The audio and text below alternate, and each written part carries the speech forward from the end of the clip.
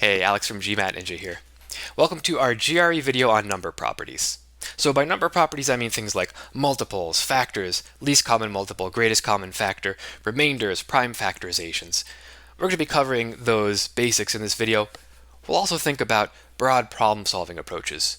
One theme will be, it's better to think conceptually than to pick numbers and do a whole lot of arithmetic, right? And so by number picking, I mean things like, well, you have an expression with x and y, you pick a whole bunch of different specific examples for x and y and calculate the answers. And the problem with that is, well, again, you'll find yourself doing a whole lot of arithmetic, you might make a careless mistake, the numbers might get impractically large. And at the same time, it's hard to know when you've picked enough. Maybe I've picked a few numbers that show column A is bigger, but will that always be the case? Maybe if I picked some more, quantity B would be bigger. So to avoid that whole mess, if you're thinking conceptually, you can be confident in your logic and often be a lot more efficient. Now another thought is stay flexible on these questions. Sometimes an algebraic approach could be useful. Other times, if you think about a couple examples, you'll spot a pattern. That'll end up being much better. Now, these questions can often be intimidating at first, but if you're solid on these basics, they can often be a lot easier than they look. So we're going to start with some straightforward questions that are applying the fundamentals. We'll get steadily harder until by the end we're dealing with some really difficult, definitely 168 plus level questions. So if you find those really challenging, I wouldn't stress about it too much.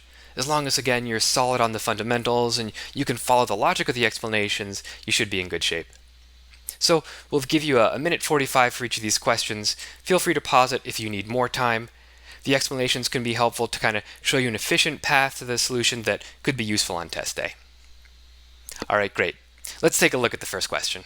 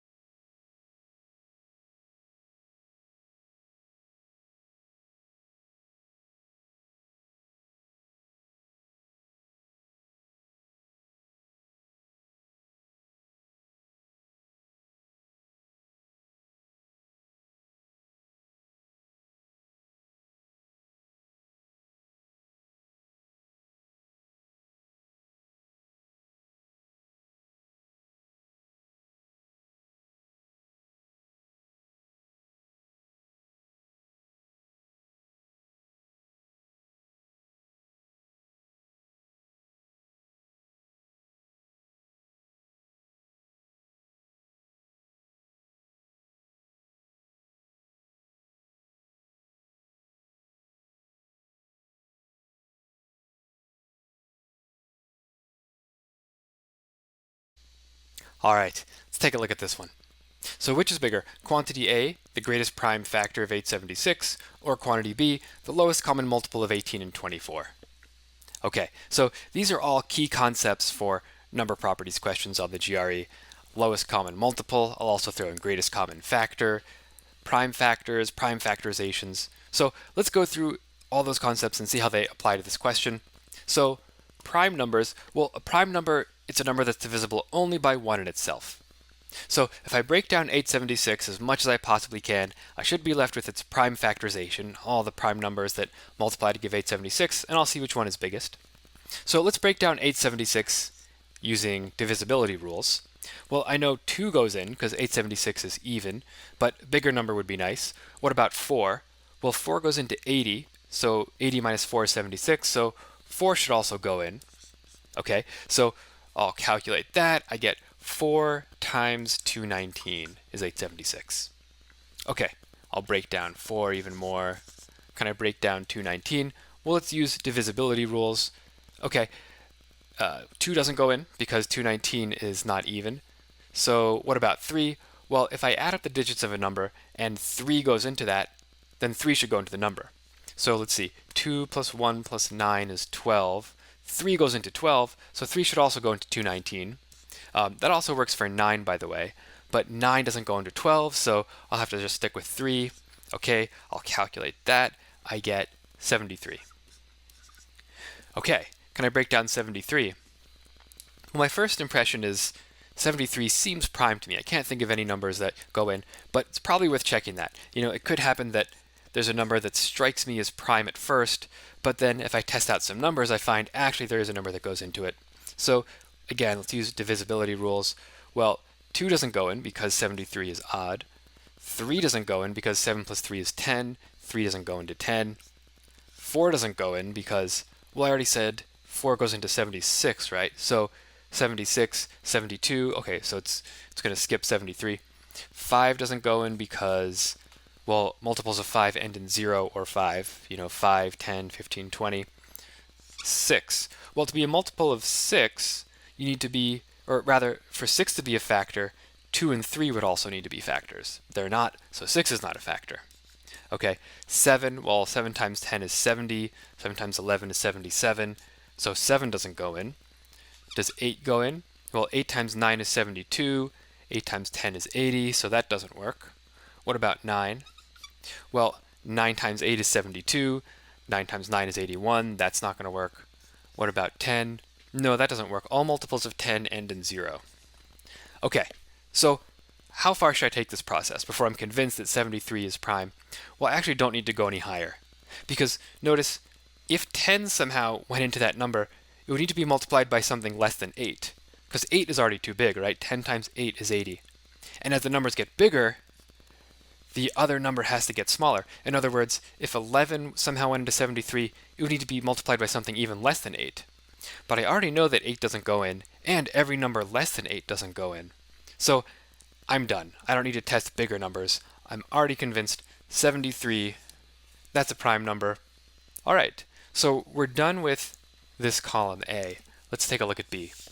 Lowest common multiple. Okay, so what's a multiple? Well, the multiples of 18 are 18 times 1, 18, 18 times 2, 36, and so on. In other words, any number that has 18 as a factor is a multiple of 18. Okay, so I need to find the multiples of 18, the multiples of 24. What's the lowest one they have in common? So I guess I could just keep listing out multiples. 18 times 3 is 54. 18 times 4 is 72. Let's do the same with 24. So 24 times 1 is 24, times 2 is 48, times 3, 72. Aha, okay, so they overlap. All right, so the lowest common multiple of 18 and 24 is 72. Okay, so column A is bigger, so the answer to this one is A. Okay, so any other thoughts on lowest common multiple? Well, our method here, it was fine in this case. These numbers were fairly small. I didn't have to list out too many until I got to a common multiple. But is there any more systematic approach? Okay, well, let's think about what does it mean to be a multiple. And remember, if something is a multiple, that means that it's going to have both. Sorry, let me say that again. If something is a common multiple of 18 and 24, it's going to have both of them as factors. Okay, so maybe I'll just kind of write that out here. Whatever is the lowest common multiple, 18 is going to go into it, and 24 is going to go into it. Okay, now it turns out if I do a prime factorization of these numbers, that's going to help me figure that out in a way that's kind of more systematic than what we just did. Okay, so prime factorization of 24, well, 8 times 3, 8 is 4 times 2, 4 is 2 times 2, so 2 times 2 times 2 times 3, that's my prime factorization for 24. What about for 18? Well, 9 times 2, 9 is 3 times 3. Okay, so 3 times 3 times 2.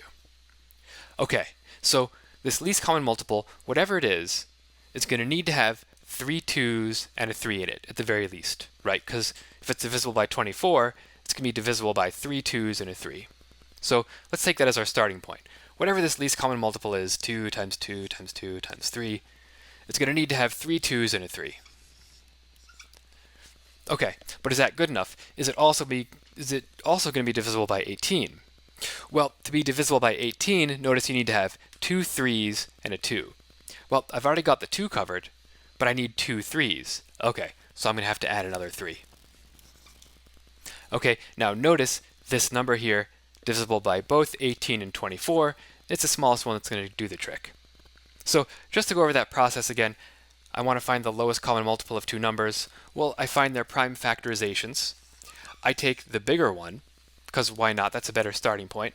I'll write down three 2's and a 3, right? And then I go to the other number and I say, okay, I've got to have two 3's and a 2. Well, I've already got a 2, or I've already got three 2's. Okay, so the 2 is already taken care of. But I need two 3's. Well, I only had one 3, right? So I need to add one more.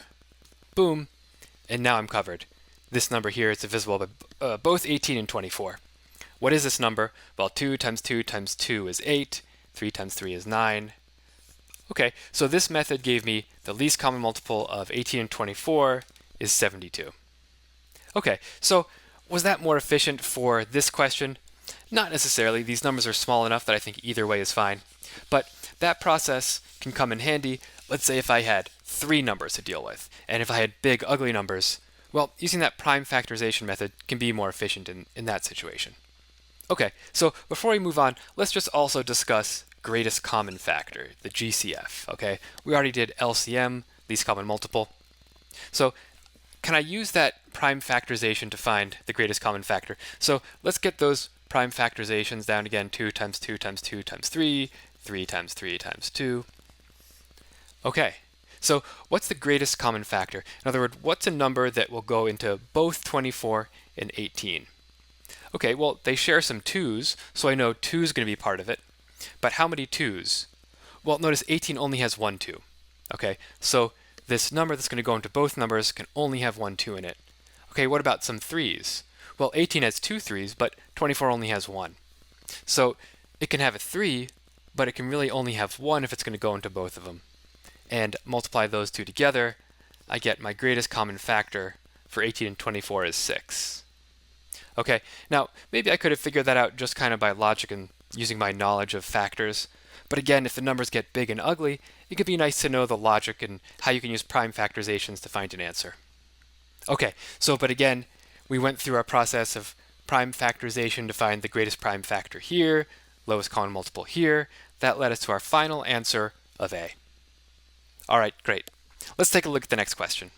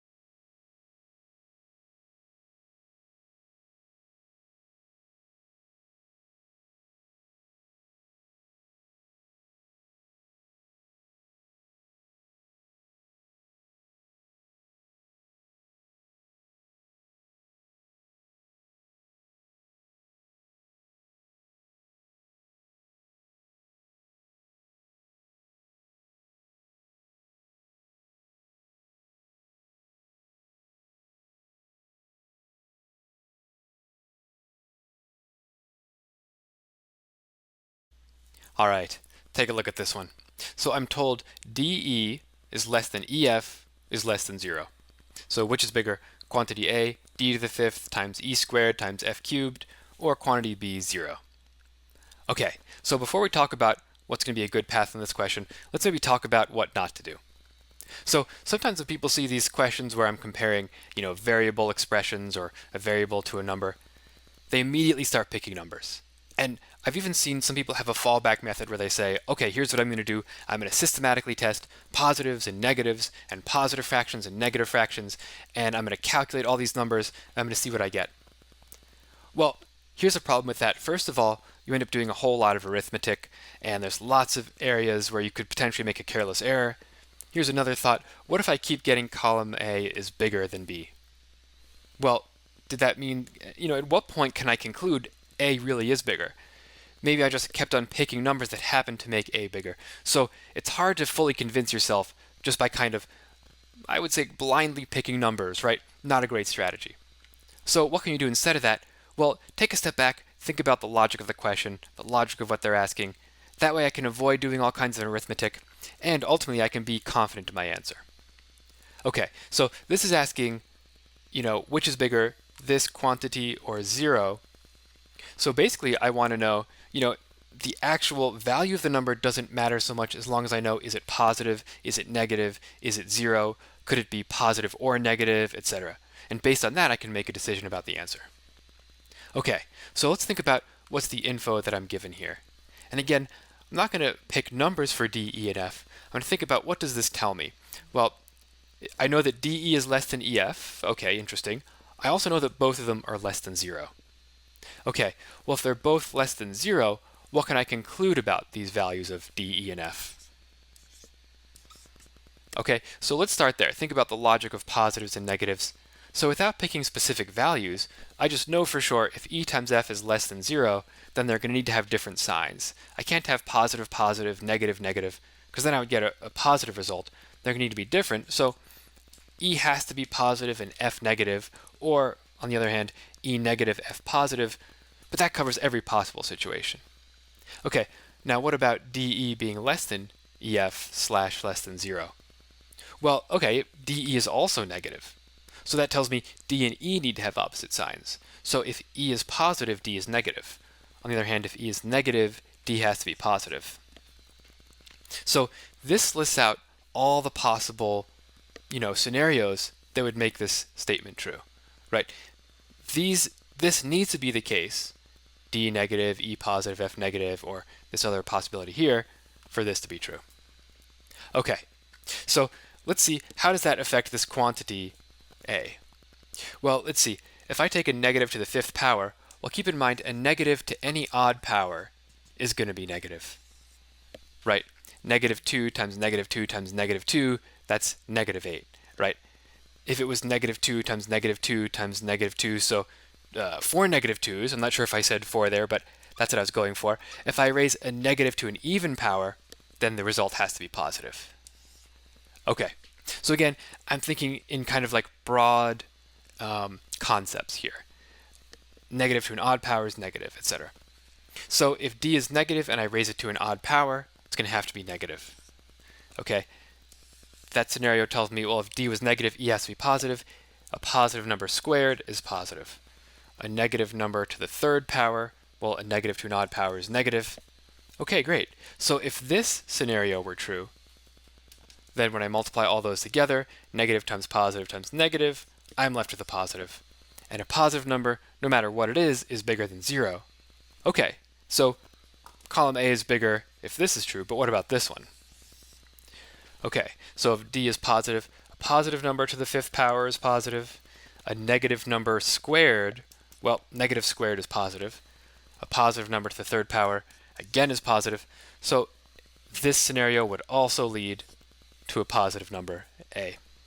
Okay, so from that I can conclude column A is positive, so it has to be bigger. The answer to this one is A. Okay, so again, any take-homes for this one? Notice I resisted the temptation, which is understandable, but usually not a good route to start picking numbers, right? Instead of doing that, I said, let me take a step back and think about the logic of the question, think about positives and negatives, see what scenarios are possible. Okay, by following all that, again, it takes me to the right answer of A. All right, great. Let's take a look at the next question.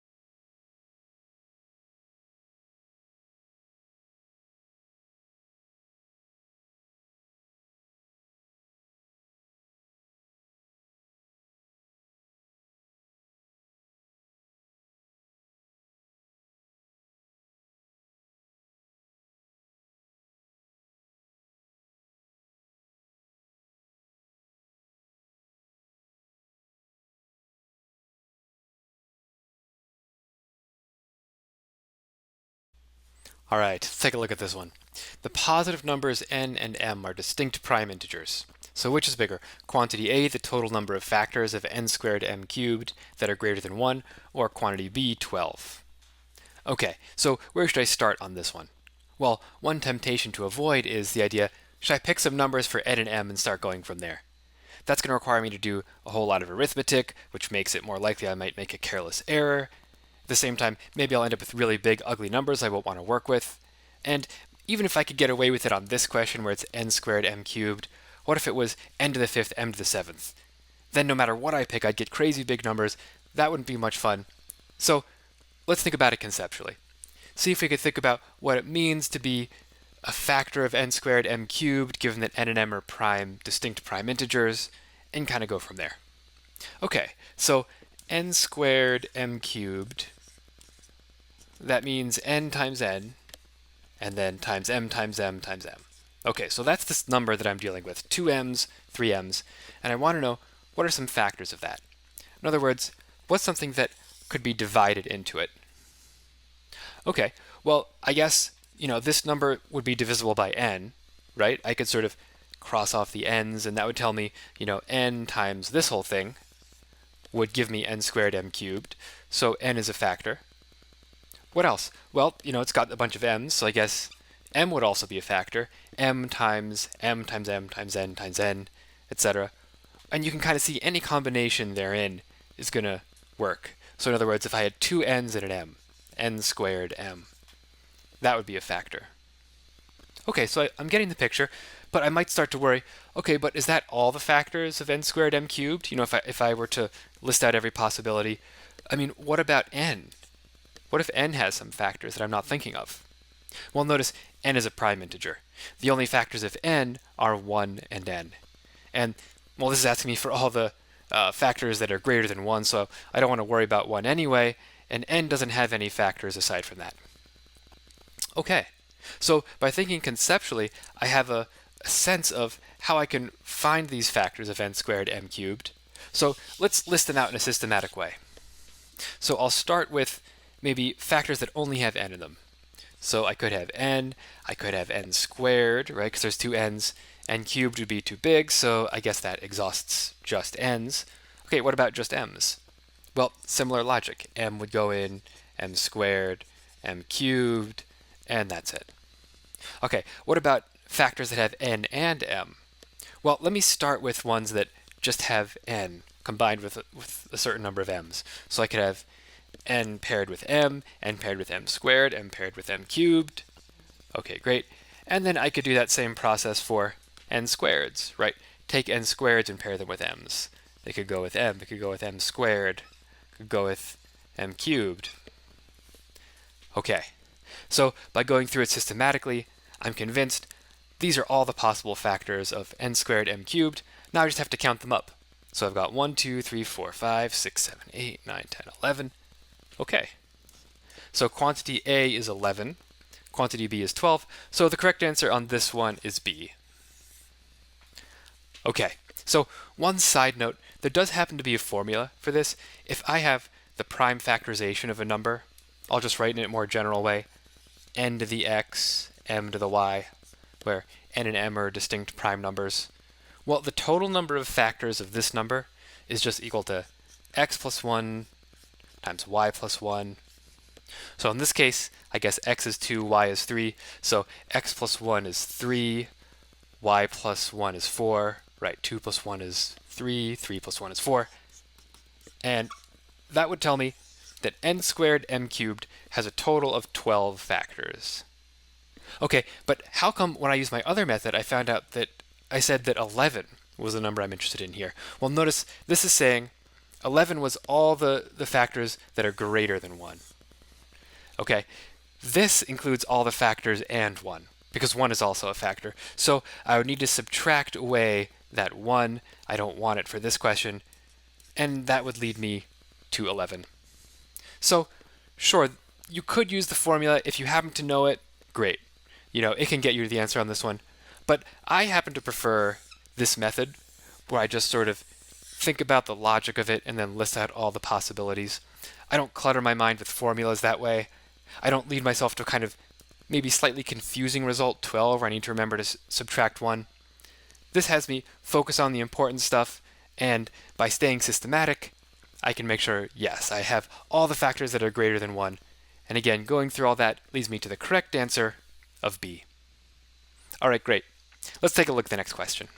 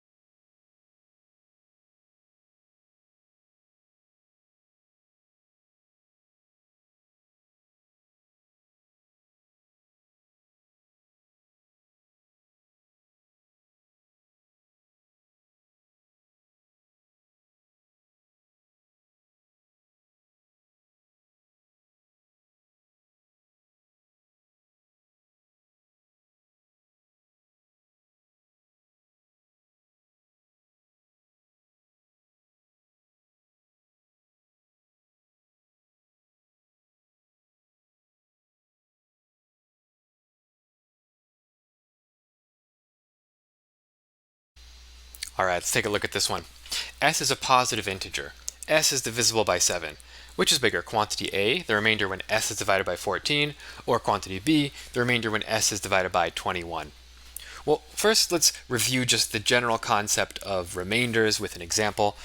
What's the remainder, let's say, when 17 is divided by 4? Okay, well, what's the closest 4 can get to 17? If I multiply it by 4, I get 16. But notice 16 is still 1 away from 17. So the remainder when 17 is divided by 4 is 1.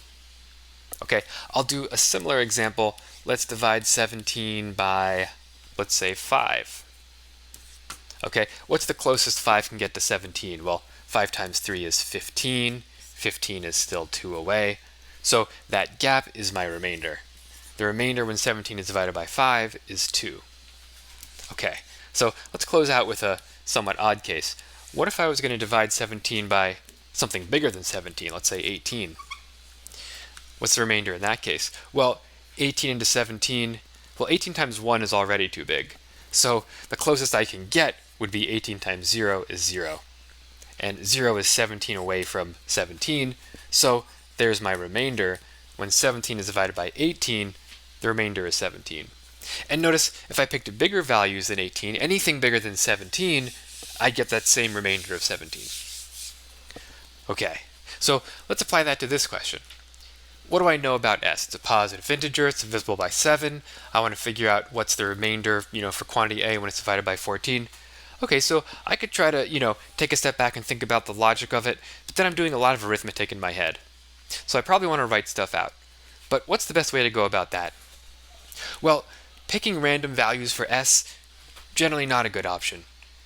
I might pick a whole bunch of values, just grabbing them scattershot at random, and I might get that quantity A is always bigger for the first 3 I pick. But did I pick enough? I can never be sure. Well, maybe the next one I pick, quantity B will be bigger, or they'll be the same, or something like that. So the problem with picking numbers at random, it's hard to have confidence in the result you're getting. Better to be systematic. Okay, so let's do that in this case. I'll be systematic in picking my values of S. It's got to be positive, it's got to be divisible by 7, so in other words, we're talking about multiples of 14. I'll just systematically write out a bunch of them. Now, how many do I need to write out? I'm not sure, maybe that's overkill, but it's going to get me started. Okay, now let's think about quantity A. What is the remainder when these values of S are divided by 14? Well, if 7 is divided by 14, 14 goes in 0 times, it's too big, so the remainder in that case is 7. 14 goes into 14 perfectly, my remainder is 0. 14 to 21, well, 14 times 1 is 14, that's still 7 away.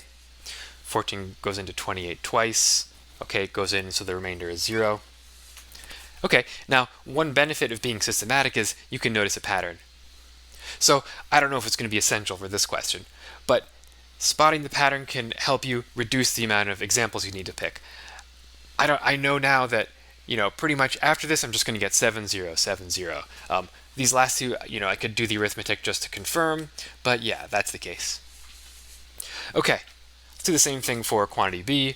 Again, I'm going to divide these possible values of S by 21, see what the remainder is. Well, 21 doesn't go into 7. The remainder is going to be 7. 21 into 14, well, 21 doesn't go in, goes in 0 times. The remainder there is 14. 21 goes into 21 perfectly, so the remainder is 0. 21 into 28, well, it goes in once to 21, but that's still 7 away. Okay, so do I have a pattern jumping out here? 7, 14, 0. Second repeat. And it turns out it does. If I did the arithmetic, I'd confirm that. 7, 14, 0. Okay, so notice nice clean pattern here. Is that going to be helpful for this question? Well, let's think about this specific question. What am I trying to learn from these values of S? Well, I'm trying to see which is bigger. I don't know what value S has. All I know is that it's divisible by 7. It's going to be one of these. So it looks like if S was 7, then A and B would be the same. Okay. Is that always the case? Well, clearly no. If I just look at the next example, I see, well, I've also got an example where quantity B is bigger. And at that point, I can say, all right, well, I don't know, are they going to be the same? Is quantity B going to be bigger? It turns out there's also cases where quantity A is bigger. So I don't know which is bigger, quantity A or quantity B. The information they've given me about S isn't enough to decide which remainder is going to be bigger. Some values of S, A will be bigger, some B will be bigger, some they'll be the same. Okay, so based on that, I can say the answer to this one is D. Now, notice I didn't actually need all of these examples, right? Just the first couple did the trick.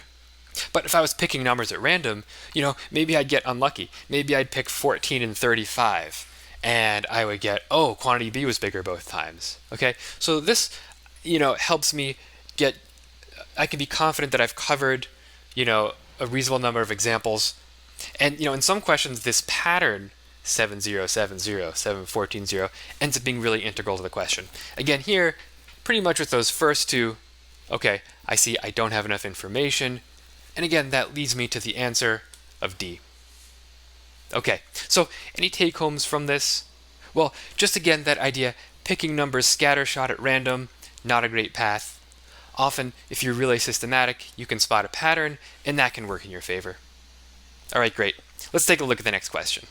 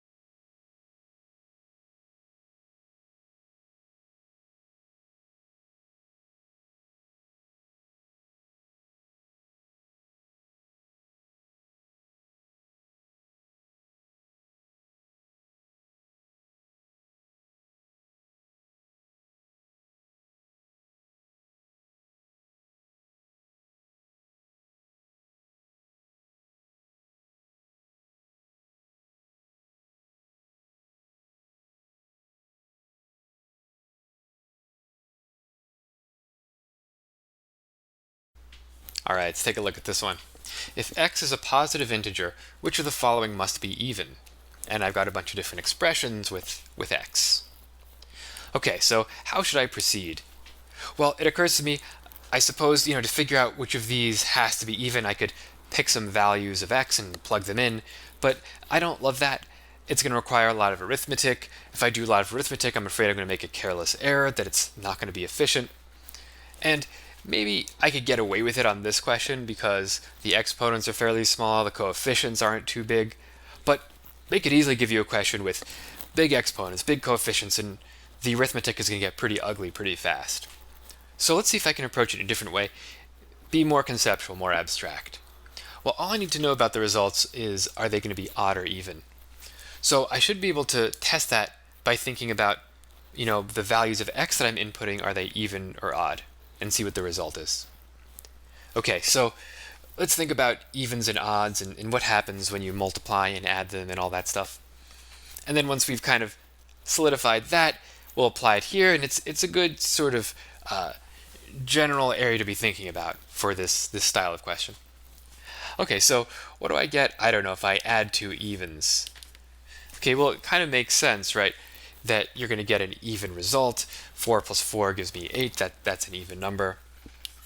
Okay, what about two odds? Well, two odds just in general has to give me an even number also, right? And I could just remind myself 5 plus 7, two odds gives me 12. That's an even. Any two odds I pick, I get an even. Okay, so here's some kind of general rules about evens and odds. What about an even plus an odd? Well, that would actually give me an odd.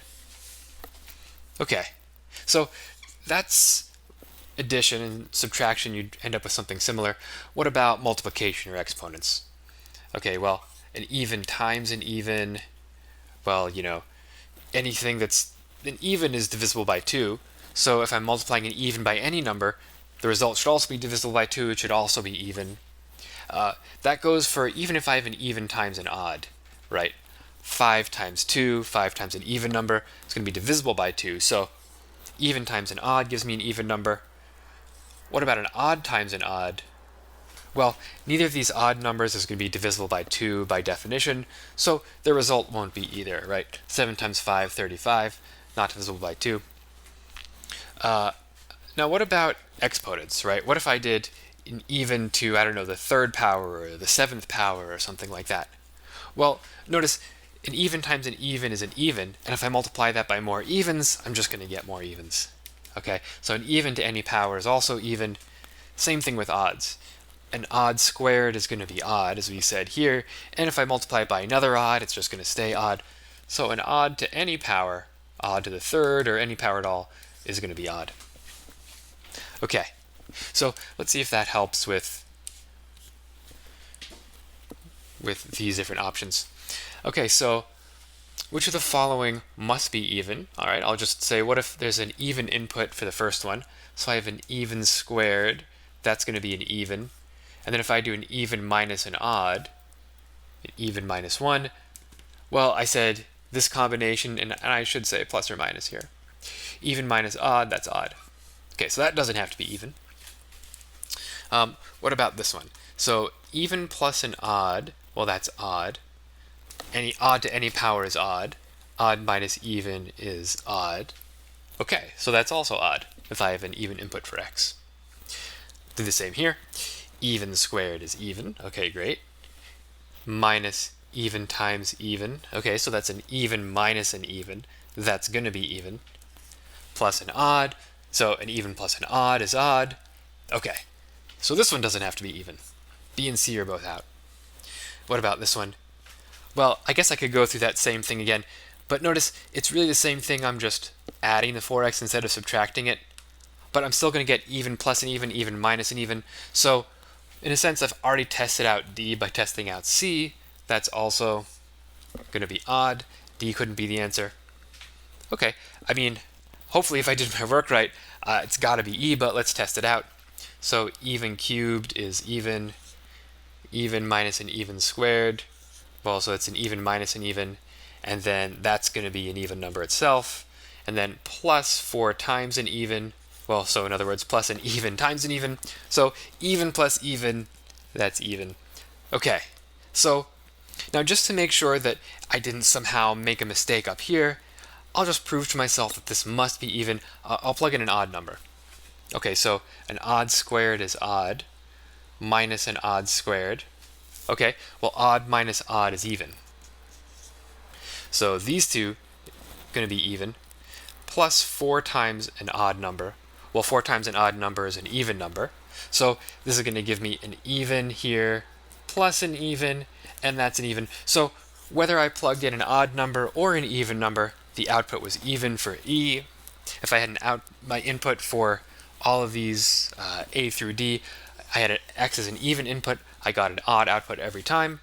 So that confirms I showed that these don't have to always be even, right? Sometimes they're odd. And this one is always even. So I'm confident the answer for this one is E. Okay, so take-homes for this one.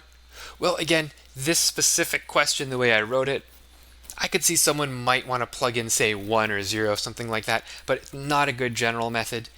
This is a much better one. You're going to be safe no matter what they throw at you. If you have this logic down, dealing with evens and odds is going to be a lot easier. So following all that, again, we get to the correct answer of E. All right, great. Let's take a look at the next question.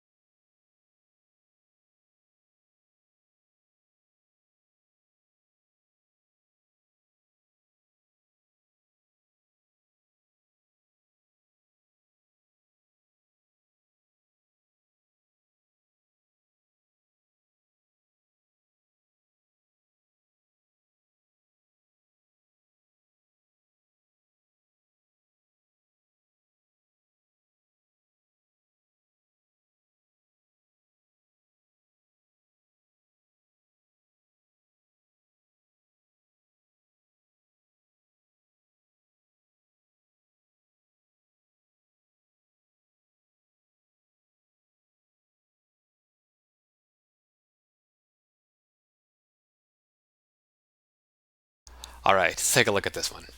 The positive integer r is 4 greater than a multiple of 9. Which of the following could be the remainder when r is divided by 6? Indicate all such integers. I've got to pick from this list of 6 integers here. Okay, so where should I start? Well, I guess I'll try translating this into algebra. Why not? It could be a good place to start. The positive integer r, okay, well, I'll start with r is 4 greater than 4 plus a multiple of 9. How do I represent a multiple of 9? Okay, well, I'm starting to run into some issues here. I could call it 9x, I guess, and then just specify that x has to be an integer, and also specify that r has to be a positive integer. Okay, I'm already feeling a little suspicious of this approach because this equation, the way I've written it, doesn't limit me to integers, but I know that it has to be. But I'll just push ahead anyway, just to see if this will actually lead me somewhere. So I want to find the remainder when r is divided by 6. Okay, so the way I find remainders is I divide it in, and then I see how far away I am from the answer I want. But the problem is, how many times does 6 go into 9x totally depends on the value of x. Okay, well, I'm starting to think that this algebraic approach isn't going to give me a great algebraic solution. At that point, if I'm on a test, I'm going to pivot paths. I'm going to try something different. So, but just for those who are curious, can we prove just how useless this path is going to be? Well, okay, I guess I could simplify 9x plus 4 over 6. Okay, but is that going to somehow give me the remainder? I don't see how that's going to work. If I simplify it, I get, let's see, 3 over 2x plus 2/3. Okay, so that's this expression divided by 6. I don't feel like I'm getting any closer to a remainder when this is the case. Okay, so we've rejected an algebraic approach here. What else have we got? Well, we could just start picking values, different values for r based on the rules they've given us and see what the remainders are. Okay, so we've discussed before, now if you just do that with a scattershot random approach, it's not going to be that helpful. Maybe I'll just pick, 3 random values and I get 1, 2, and 3. Okay, does that mean that it's only 1, 2, and 3? And let's say I pick some more and I get some more 1s and 2s. But how do I know that I've picked enough numbers? At what point can I stop picking numbers? So the scattershot approach, not efficient. It's hard to know when you've picked enough. So what's the alternative? Well, as we discussed, let's be systematic. Okay, I'll consider, starting at the beginning and moving up, what are different possible values for this integer r, and hopefully I'll spot a pattern before too long. Once I've spotted the pattern, I can be confident I'm done. I can draw a conclusion from it and be confident in it, and we're going to be, hopefully if that happens, it'll be efficient and we'll be happy with that path. Okay, so let's go about that. R is 4 greater than a multiple of 9, so maybe I'll just consider multiples of 9. 9, 18, 27, 36, 9 times 5 is 45. Okay, and is that enough? Well, hopefully I can always do more if I want to. Now 4 more than that. Okay, so 4 more than multiples of 9. I'll just add 4 to all of these. 40, 49. Okay, and then I want the remainder when these things are divided by 6. Okay, so I'm going to divide 6 into each of these. So 6 into 13, 12, remainder 1. Remainder is 1 for that. 6 into 22, well, 6 goes into 18, that's a remainder of 4. 6 goes into 31, well, 6 goes into 30, and then the remainder of 1. 40, well, 6 times 6 is 36, that's 4 away. Okay, I think I'm spotting a pattern. And if I push it even farther down the road, I just confirm I keep getting 1s and 4s. Okay, so now, because I've spotted an overall pattern, I'm not concerned that maybe I missed something. It's just going to be 1s and 4s forever. So the answer to this one is B and E. Those both could be the remainders when r is divided by 6. Okay, so any take-homes for this question? Well, in previous videos we've talked about translating into algebra can be your friend, so it's often worth considering for these remainder questions. It turns out that sort of smart conceptual way, so to speak, doesn't really lead anywhere. And what are you left with? Well, really your best option at that point is, sure, consider cases, but not scattershot, not picking them at random, but doing it systematically. Hopefully you'll spot a pattern before too long, and then you can be confident, yes, the only options for the remainder are going to be 1 and 4. B and E. B and E are the correct answers for this one. All right, great. Let's take a look at the next question.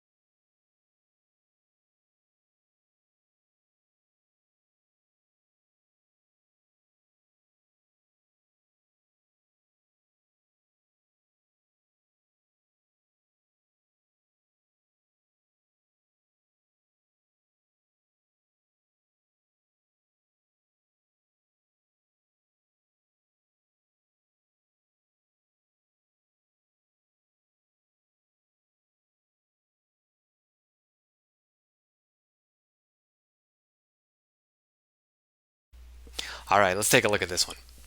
F is the least positive integer such that 324f can be expressed as the cube of an integer. G is the least positive integer such that 90g can be expressed as the square of an integer. Which is bigger, quantity A, f, or quantity B, g? Okay, so I want to pin down values for f and g if I can. So where do I get started? Well, 324 times f is equal to the cube of an integer, so it's equal to some integer cubed, let's say. And similar, 90g is equal to some integer squared. Okay, so how can I figure out what f and g would be to make this true?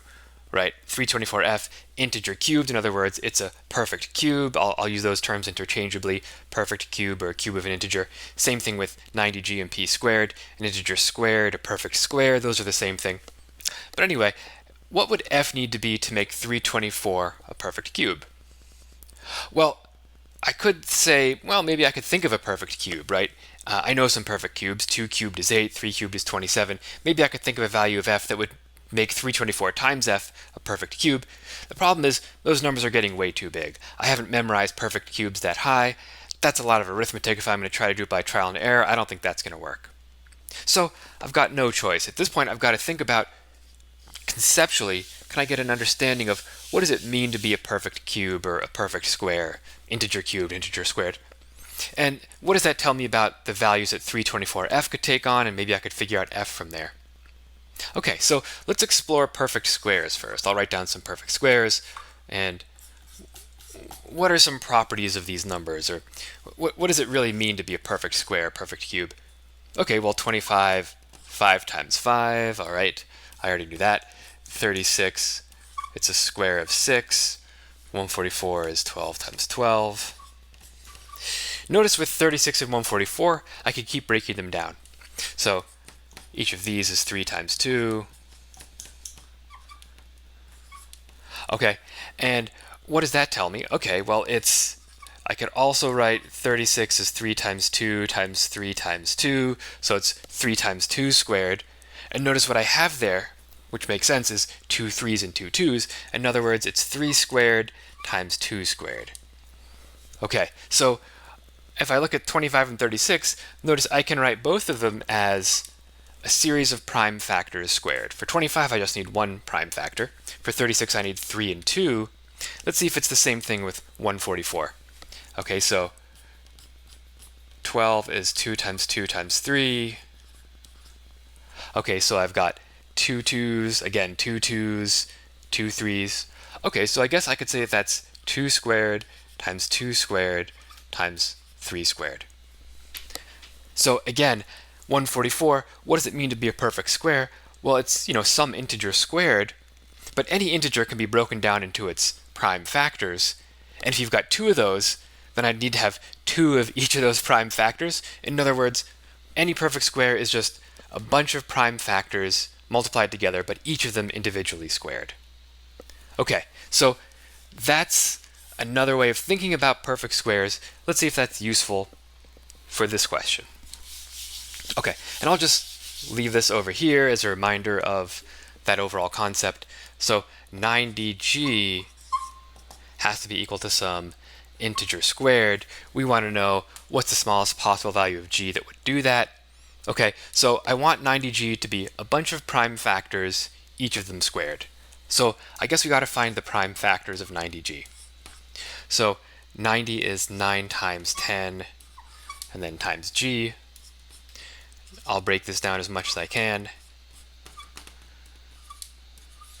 Okay, so 3 times 3 times 5 times 2 times g has to be equal to an integer squared.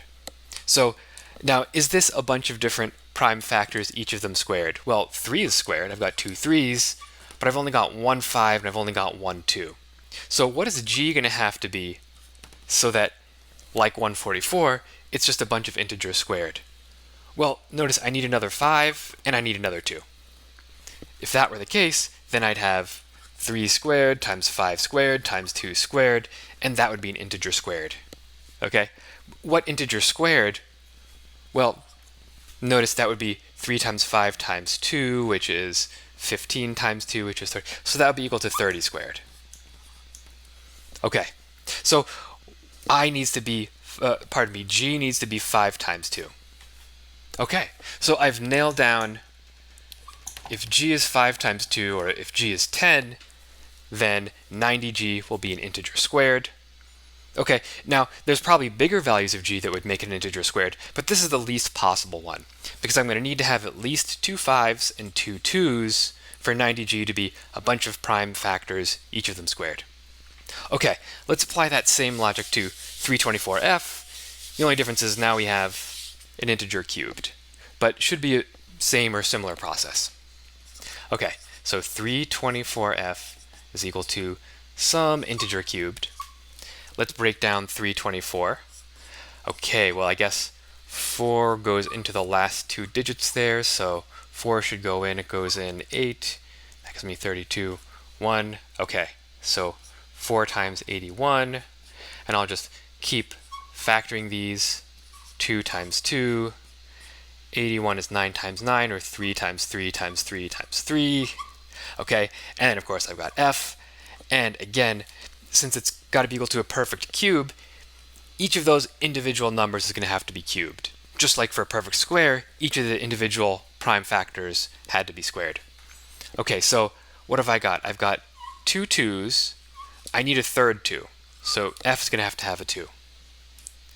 Okay, I've got 4 3s. Well, that's 3 cubed times 3. I'm going to need 2 more 3s to make that 3 cubed, so I need 2 times 3 times 3, so that'll give me f. And just to review to make sure that my logic is sound, I'll have 2 times 2 times 2, okay, that's 2 cubed, 3 cubed, I've already got that, and then 3 times these 2 3s from f, that gives me another 3 cubed. Okay, so I have a bunch of integers, each of them cubed, as long as f is 2 times 3 times 3. In other words, as long as f is equal to 18. Okay, so if f is 18, I'm going to get what I want. And just to review, again, why does that make sense? Why am I saying that for 324f to be an integer cubed, it has to be a bunch of integers, each of them cubed? Well, notice 2 cubed times 3 cubed times 3 cubed, that's equal to 2 times 3 times 3, whole thing cubed. In other words, it's equal to 6 times 3, it's equal to 18 cubed. Okay, so I've arrived at a value of f, I've arrived at a value of g, 18 is bigger than 10, so the correct answer to this one is A. Okay, so any take-homes for this question? Well, notice this is a great example of a question where you can't do trial and error to work your way to an answer. The numbers are just too big, the arithmetic just gets crazy. Not a great idea. So what's your option? Well, think about conceptually, what does it mean to be an integer squared or an integer cubed or perfect square, perfect cube? By thinking about that, we kind of arrived at the idea, which kind of makes sense. If you think about it, that a perfect square is a bunch of prime integers, each of them squared. Same thing about a perfect cube. It should be a bunch of prime integers, each of them cubed. Once we knew that, we could break down 324f, 90g, and that led us to a logical conclusion. What do f and g have to be to fit that criteria? And again, going through all that, we arrived at the correct answer on this one of A. All right, great. Let's take a look at the next question.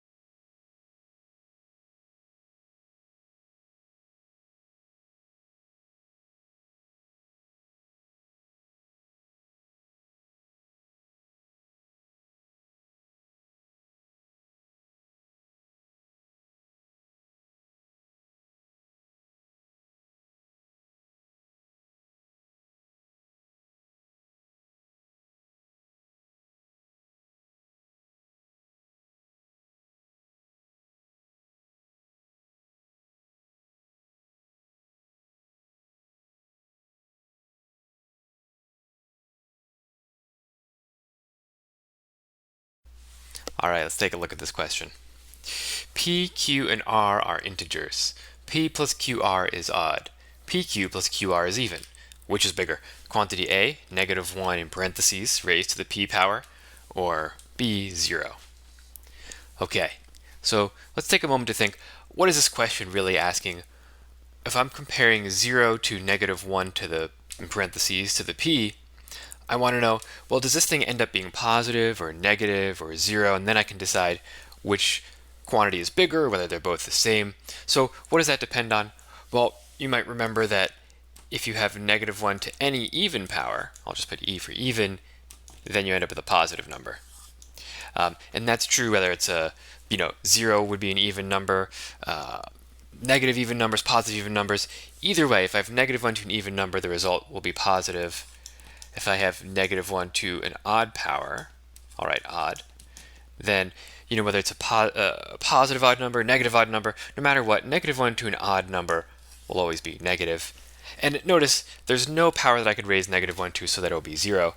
So really, the possible outcomes would be either quantity A is positive, A would be bigger, quantity A is negative, in which case B would be bigger, or maybe it could be positive or negative depending on different scenarios, and then the answer would be D. Okay, so I'm going to simplify this question. Really what they're asking is P even, odd, or could it be either? So I'll just write, is P even, odd, or either? Okay, so how am I going to figure that out? Well, I guess I have these cases here, these statements about P, Q, and R, and I want to see based on those, what can I conclude about P being even or odd? Okay, so that first one there, P plus QR is odd. Something odd. Okay, well, let's see. What does that tell me about P? If P were even, what would that tell me about Q and R?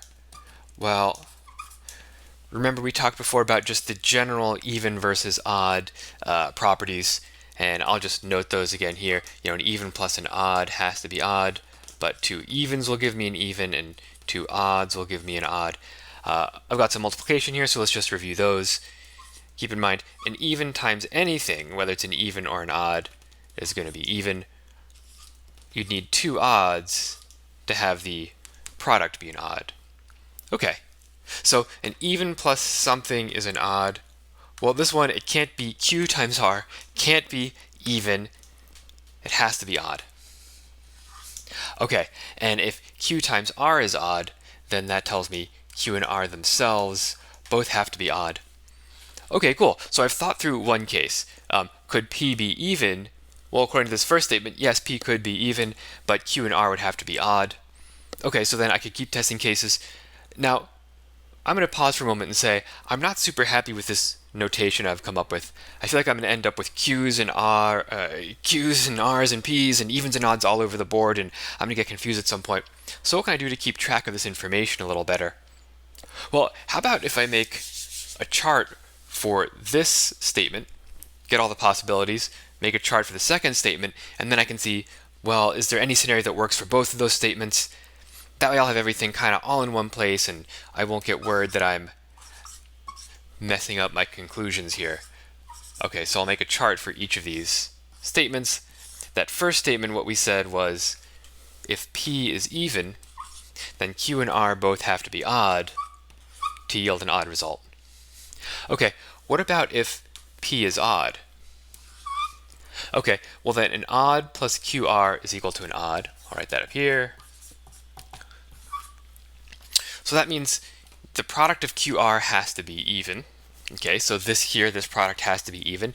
So that means one of the two has to be even. As long as one of the two is even, then their product will be even. So either of those cases would work. Okay, and that's pretty much it, right? If neither of these is even, if they're both odd, then I'd have an odd plus an odd, it wouldn't be even. Okay, so I've exhausted all the possible cases. P could be even or P could be odd. And then Q and R would have to be as follows. Okay, so now my question is, are these scenarios possible here? Right, so notice I'm not kind of starting from scratch and just thinking about this kind of more complicated statement. I started with a more simple statement. figured out what are the cases that make that true, and that really limits what I'm going to have to test over here. Okay, so let's see, do these work for the second statement? Well, what if P is even? Could Q and R be odd? Is that possible? Well, let me copy down the statement here so I can have my chart and the statement kind of closer together. Okay, so PQ plus QR is even. We know that's true. Is this scenario possible? P is even, Q is odd, Q is odd, R is odd. Well, notice that would give me an even plus an odd. That would give me an odd. So this scenario is just not even possible. Okay, so if I've done everything right, it's going to have to be one of these two, which tells me P is going to have to be odd, which means I'm done. But let's just go ahead and make sure that I didn't screw something up, that that's actually the case. Okay, so P odd, Q even, R odd. All right, I'll test that out up here. So is it possible that P is odd and Q is even, R is odd? Okay, that gives me an even plus an even, right? Even times an odd is even, so even plus an even is even. Okay, so this one works. Okay, just for fun, I'll test this other one. Odd, odd, even. Does that work? Odd, odd, odd, even. Okay, that gives me an even plus an odd. It doesn't work, but that's okay. That was just kind of for fun. I already knew that this statement works, and it's the only one of these statements that works. So that means this has to be the case. P is odd, Q is even, R is odd. You know, given that both these statements are true, this is the only pattern that fits both of them. So this has to be the case. Therefore, P has to be odd. If P is odd, well, -1 raised to an odd power is going to be negative. So 0 is bigger than any negative number. So the answer to this one is B. Okay. So any take-homes from that question? Well, first of all, notice we started by translating what they were asking for into something that was kind of easier to conceptualize. Instead of thinking about an exponent problem, I translated it to just, is P even, odd, or could it be either? That's really what this question is asking.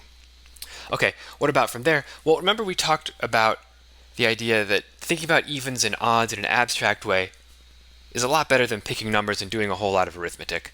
I'm probably going to make a mistake if I do it that way. Here I can be really confident in the logic that I've come up with. And on top of that, well, P's and Q's and R's, evens and odds, it's a lot to keep track of. And if I wasn't systematic about it, if I had, if I had evens and odds and P's and Q's all over my page, I'm pretty sure I would have messed this one up. I'm not sure I even would have gotten to this answer. So if you're systematic about it, you have a chart to keep track of all the different conclusions you're drawing. And then on top of that, you kind of have a simplifying process where I'm going to look at the simpler one of these two first. That limits the cases I need to consider, and then I can plug those into the second statement. If I started with the second statement, that's a lot more complicated. I don't want to consider that one on its own. Let me limit the possibilities using the first statement first, then I'll go on to this one. At the end of the day, that leads me to one possible outcome, odd, even, odd for PQR. And again, that leads me to the correct answer on this one of B. Alright, thanks so much for watching our video on number properties. I hope you found those questions helpful.